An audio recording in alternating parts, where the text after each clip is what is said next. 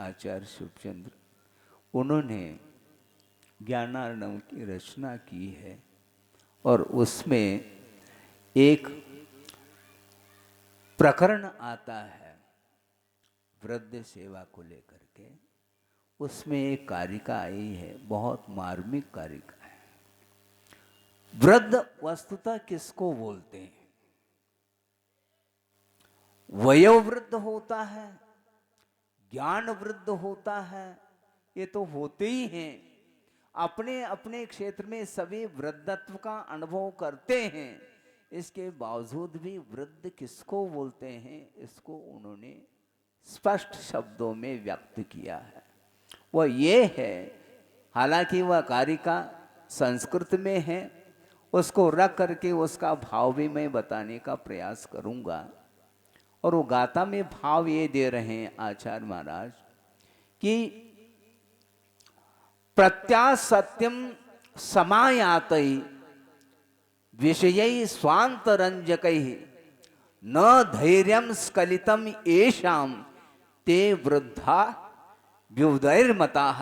इस प्रकार करें, विद्वान लोग उनको वृद्ध बोलते हैं जिनका धैर्य स्खलित नहीं होता। किससे?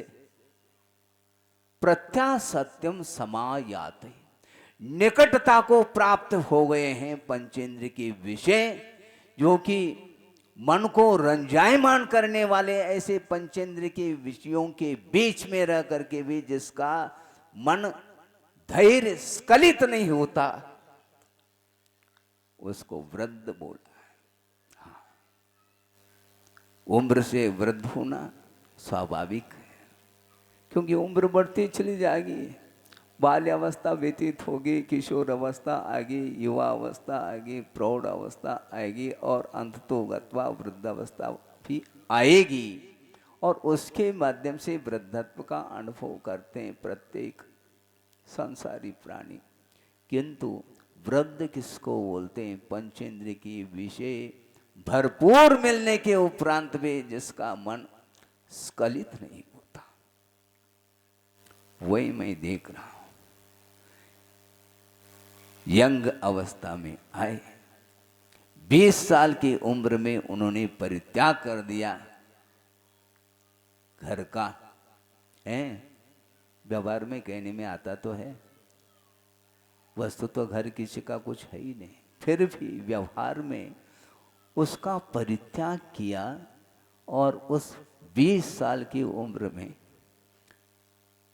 निकल पड़े, आचार्य देशभूषण जी के संग में रहें और आजीवन ब्रह्मचर्य व्रत अंगीकार किया।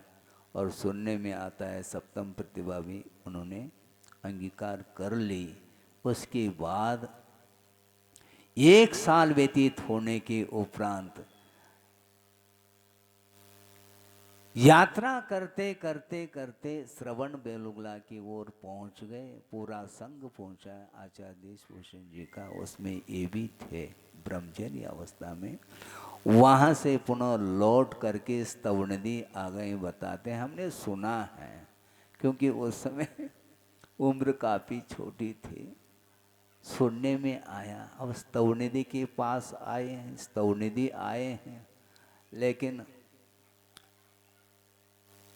क्योंकि अब जानते हैं विद्याधर हैं तो अब तो स्थिर थोड़ी रहेंगे, तत्काल वहां से पुनः राजस्थान की ओर रवाना हो गए और आचार्य ज्ञान सागर जी के चरणों में आकर के निवेदन किया कि महाराज अब तो आपके चरणों में मैं आया हूं। तो आचार्य ज्ञान सागर जी ने बोला है, ऐसा गुरुदेव के मुख से भी सुनने को मिलता है। हाँ, इस प्रकार के ब्रह्मचर्य लोग तो कई आते हैं और चले जाते हैं, अध्ययन वगैरह कर लेते हैं, किंतु उनका मन स्थिर नहीं होता, इसलिए भरोसा हम क्या करेंगे। तो उसी समय आचार्य महाराज ने उनको विश्वास दिलाया कि मैं आज से आजीवन सवारी का त्याग करता हूं। ऐसा कोई व्यक्ति मिलता है? सालों हो जाते हैं, व्रत अंगीकार करते हैं, इसके उपरांत भी घर का त्याग करना और सवारी का त्याग करना बहुत बड़ा सवाल है। लेकिन उनके लिए कुछ नहीं, एक ही क्षण में उन्होंने पूर्णतः त्याग करके उनके चरणों में समर्पित हो गए। इसको बोलते हैं, कई लोग कहते हैं महाराज श्रद्धान में और समर्पण में क्या अंतर है? यही तो अंतर होता है। श्रद्धान तो प्रत्येक व्यक्ति के भीतर रहता है, किंतु श्रद्धान में अंतर जो आता है वह समर्पण को लेकर के ही आता है। एक बार गुरुदेव ने कहा था कि भगवान को मानना और भगवान की आज्ञा मानना बड़ा अंतर है। उसी प्रकार गुरु को मानना और जिस समय वो आज्ञा देते हैं उस समय शिरोधार्य करना, ये समर्पण का प्रतीक है, इसमें कोई शक नहीं।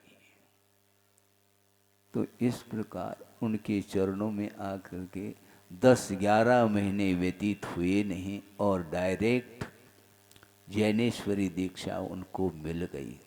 हम तो क्रम क्रम से एक एक सीढ़ी चढ़ते हुए आए। पहला छुल्लक बन गए, फिर ऐलक, फिर बाद में मुनि बन गए, किंतु डायरेक्ट उनकी दीक्षा मुनि दीक्षा हो गई। उस समय कई गणमान्य व्यक्तियों के द्वारा भी विकल्प रखा गया कि महाराज ज्ञान सागर जी के सामने सुनते हैं कि अभी इस युवक को आप दीक्षा दे दो, कोई बाधा नहीं, लेकिन क्षुल्लक बना दो तो ज़्यादा अच्छा रहेगा कि धीरे धीरे साधना बढ़ती जाएगी। लेकिन ऐसा नहीं, क्षमताएं योग्यताएं जो होती हैं वो अद्भुत होती हैं, उसके लक्षण आचरण से पकड़ में आता है। और उनने ये भी कहावता थे, बहुत देर कर लिया आपने, हाँ, क्योंकि आचार्य ज्ञान सागर जी की उम्र उस समय काफ़ी 75-80 को पार कर रहा था, उस समय की बात है। तो इसके उपरांत भी उन्होंने कहा कोई बाधा नहीं, आपका कार्य हो जाएगा। तो अर्थ ये है कि वो जो अभी भी यंग अवस्था में उत्साह के साथ आचरण का पालन करना, ज्ञान का अर्जन करना, ये तो संभव है, किंतु धीरे धीरे उम्र बढ़ने के बाद भी 75 साल की उम्र में भी वो युवा के समान आचरण करते। हम लोग बहुत जल्दी एक्सर्शन का अनुभव कर सकते हैं, थकान का अनुभव कर सकते हैं, उनको थकान नहीं है। उपदेश देते देते आचार्य थकते नहीं, हम भले थक जाए। कई लोगों का कहना रहता है कि महाराज इतने सब जगह इस प्रकार के प्रोजेक्ट जो है सामने आ रहे हैं, कैसा होगा, क्या होगा, इसकी चिंता क्यों करते हैं आप? इसकी चिंता क्यों करते हैं? क्योंकि मोक्ष मार्ग है, मार्ग को अवरुद्ध नहीं किया जा सकता। आपने मान लो जनालय के लिए भाव रखे गुरुदेव के सामने, उन्होंने आशीर्वाद दे दिया। इसी प्रकार अन्यत्र भी जो जनता है, समाज है, वो भी अपने भाव रख सकते हैं और रखते हैं, इसलिए आशीर्वाद देना उनका कार्य ये होगा। पंचम काल के अंत तक जो जन्म अपने जैन जो धर्म है अविरल रूप से बढ़ता चला जाता है, वो कैसा इसी प्रकार से होता है।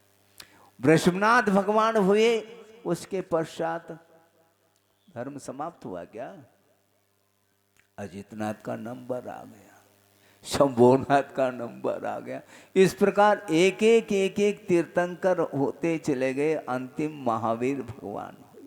इसी प्रकार यह है, जिस प्रकार अनादिकाल से ये संसार का जो रूप देखने को मिल रहा है, अनंत काल तक ये चलेगा संसार का मार्ग, उसी प्रकार मोक्ष मार्ग भी अविरल रूप से चलेगा।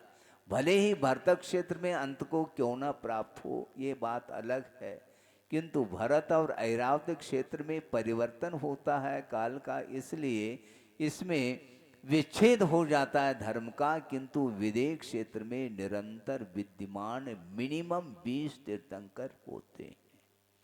वहां का क्या वातावरण होगा, कई बार गुरुदेव के मुख से सुनने को मिलता है, साक्षात तीर्थंकर 20-20 तीर्थंकर जहां पर हो, वहां का वातावरण